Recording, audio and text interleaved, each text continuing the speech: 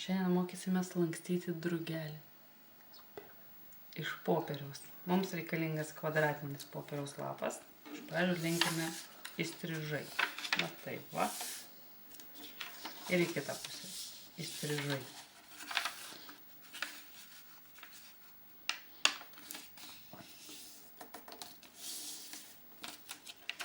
Atgal.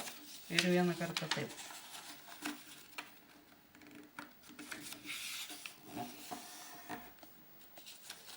Dabar bandom padaryti trikampį.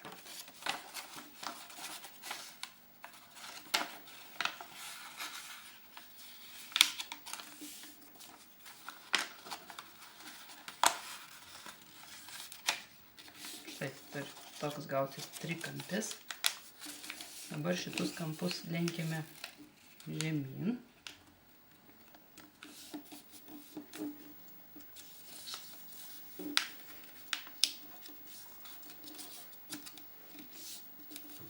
Apverčiame.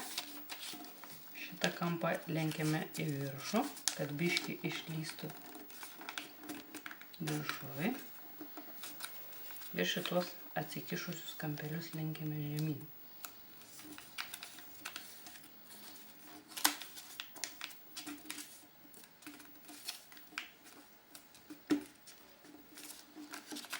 Dabar šitą kampuką užlenkiam žemyn ir šiek tiek į viršų.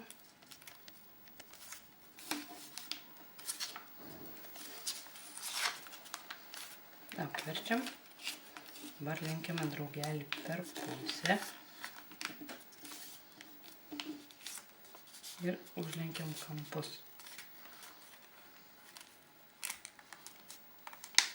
Vieną. Ir kitą. O, štai ir gausi drugelis.